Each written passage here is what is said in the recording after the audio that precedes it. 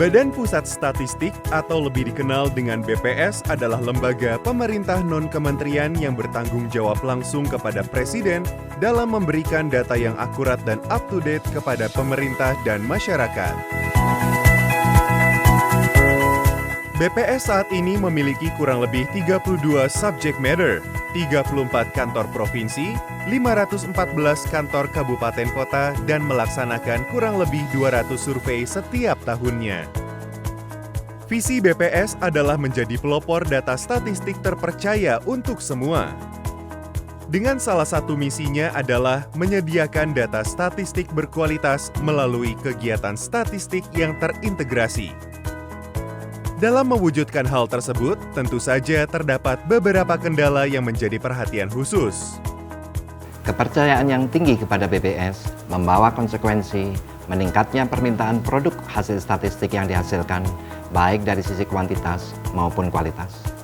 Tingginya beban pekerjaan ini membuat BPS harus bekerja lebih smart dan menghilangkan berbagai kendala yang dihadapi. Beberapa kendala yang masih dihadapi BPS antara lain, yang pertama, proses bisnis yang masih bersifat silo, di mana setiap subject matter masih bergerak sendiri-sendiri, kurang koordinasi, dan berbagi informasi dengan subject matter lainnya.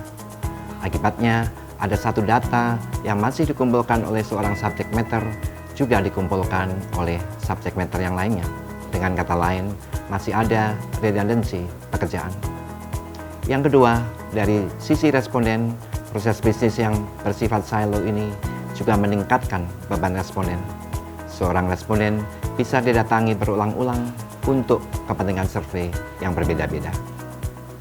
Aplikasi data entry dan pengolahan hasil sebuah survei dibangun oleh programmer dengan latar belakang keilmuan yang berbeda-beda. Program yang dibangun tersebut untuk survei yang berbeda-beda mengakibatkan banyak sekali program terbentuk. Akibatnya banyak program untuk berbagai survei, padahal hanya satu kali pakai untuk sebuah survei tersebut. Konsekuensi dari banyaknya aplikasi yang digunakan saat ini, kami membutuhkan teknologi untuk mendukung aplikasi tersebut semakin tinggi pula. Dan pastinya itu membutuhkan biaya dan maintenance yang sangat besar. Kami menerapkan enterprise architecture guna mengatasi hambatan-hambatan yang ada.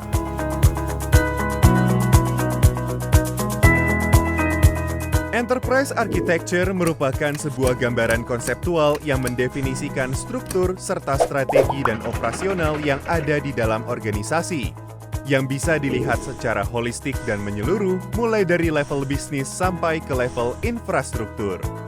Dan fokus utama dalam Enterprise Architecture adalah memudahkan dalam memahami bagaimana bisnis dan teknologi dapat saling mendukung satu sama lain, dan juga dapat memberikan insight bagi semua stakeholder.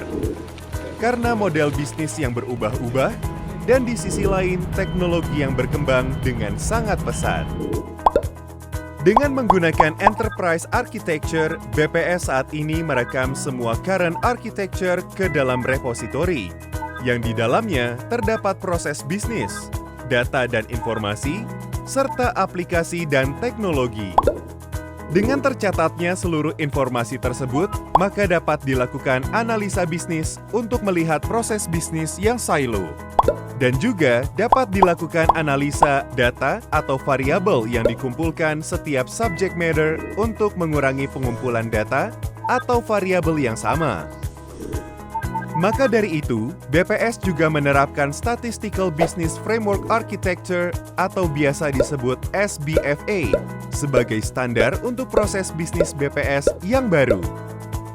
Serta dengan EA, BPS dapat melihat keseluruhan portofolio aplikasi yang digunakan, di mana dari portofolio bisa dilihat informasi detail dari aplikasi tersebut.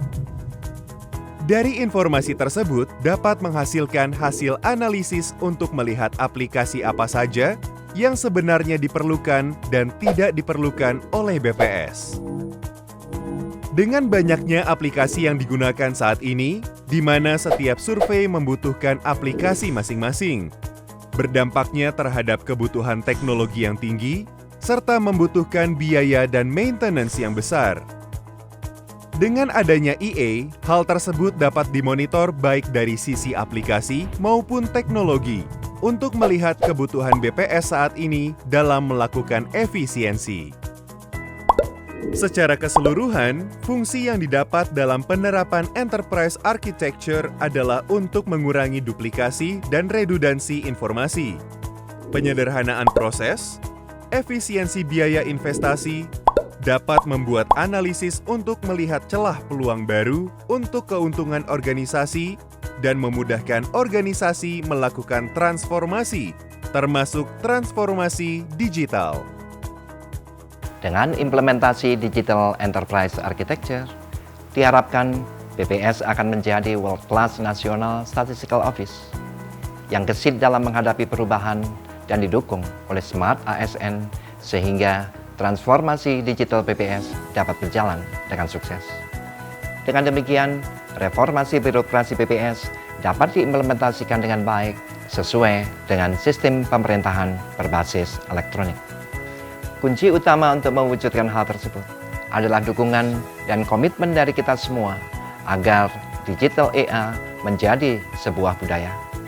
Mari sukseskan transformasi digital BPS melalui implementasi Digital Enterprise Architecture.